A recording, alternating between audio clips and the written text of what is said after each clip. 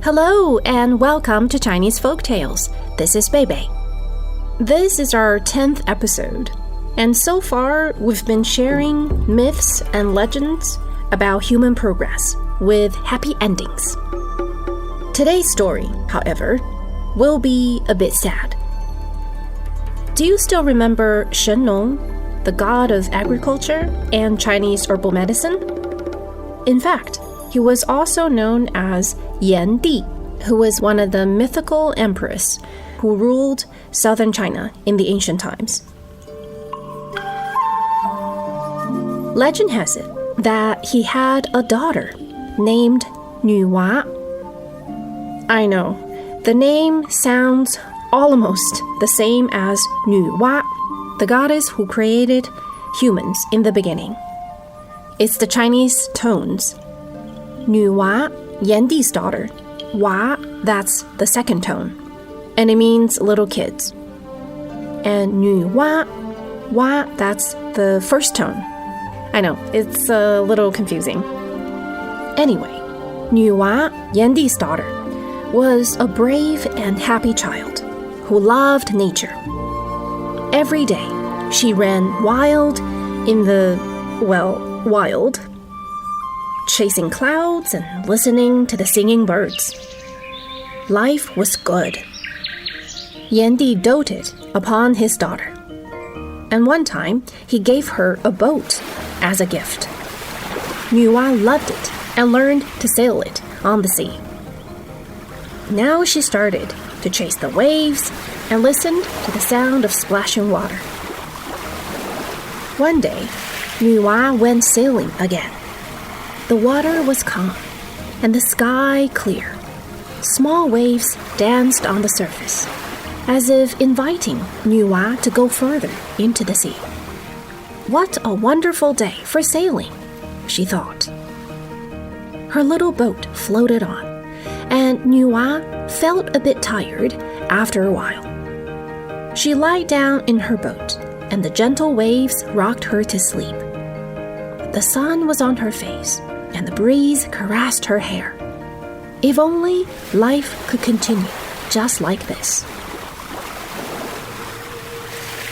But the weather changed, without a notice.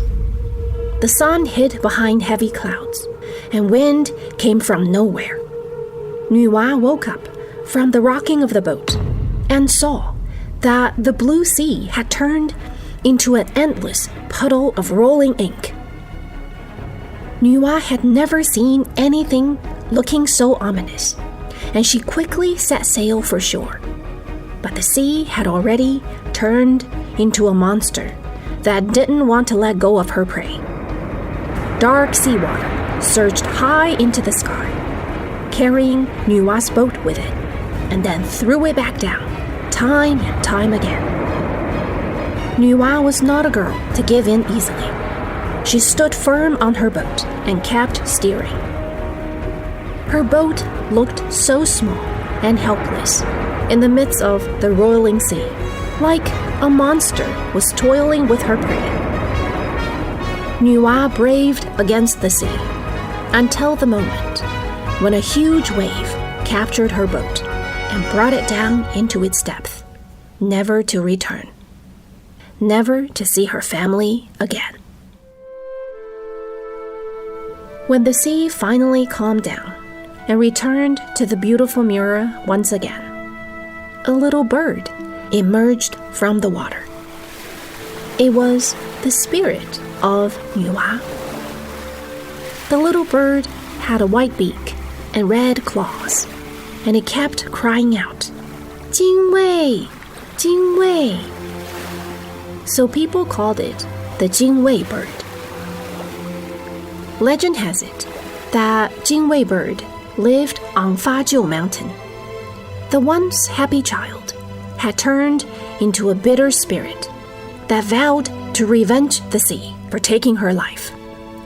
Every day, Jing Wei picked tiny pebbles and sticks with her beak and threw them into the sea, one after another, back and forth, day after day. She would spend the rest of her life as a bird trying to fill the sea.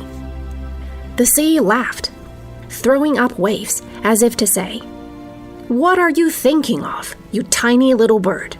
It will take you 10,000 years to fill me up." Jing Wei was still the brave soul that she once was. 10,000, 100,000, for as long as it takes, I will fill you up as land. Later, Jing Wei married another bird that lived by the sea, a sea swallow.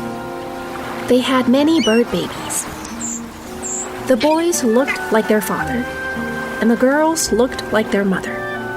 And just like their parents, day after day, they picked pebbles and sticks to throw into the sea.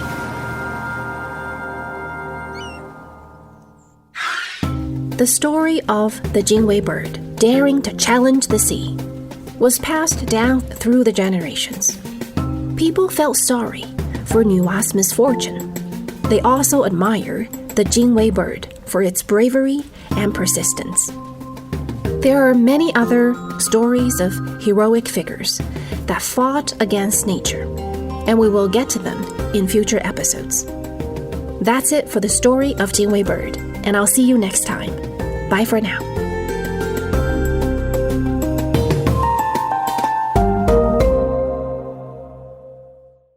This is a China Plus podcast. Special thanks go out to Sanlian Zhongdu for their help in creating the content for this show. If you like the podcast, please give us a rating and be sure to subscribe wherever you listen. If you've got any questions or feedback, please feel free to contact us via email at podcast@cri.com.cn or find us on Twitter, China Plus Pods.